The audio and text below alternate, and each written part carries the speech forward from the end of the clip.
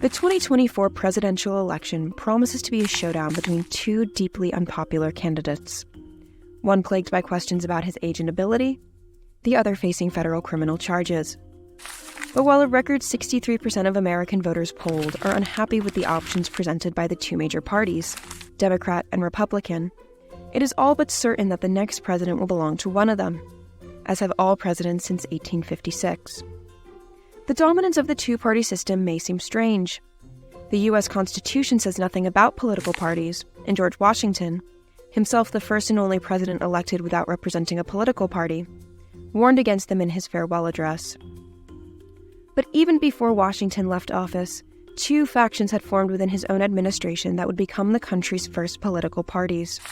Since then, parties have sometimes split or dissolved, with new ones forming to replace them. But such upheavals usually settle into a new two-party system.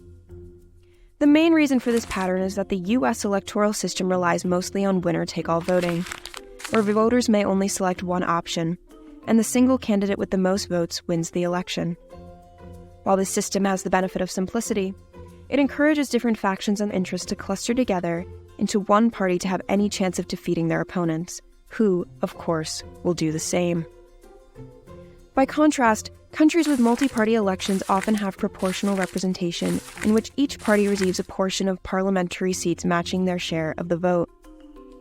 Other systems include ranked choice or multiple round voting, which allow voters to express more particular preferences, knowing they'll be able to shift their votes to a more viable candidate if needed.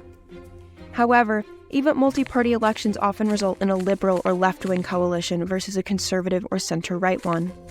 In some ways, the two-party system simply reflects the nature of the political spectrum. So far, no third-party candidate in the U.S. has become president. Often, third-party candidates are accused of acting as spoilers by diverting potential votes from the major party candidate seen as ideologically closer to their position.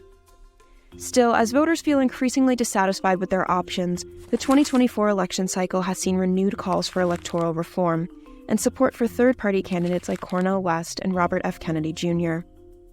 With the 2024 election predicted to be a close one, third parties may yet have an impact, though perhaps not in the way their voters might hope.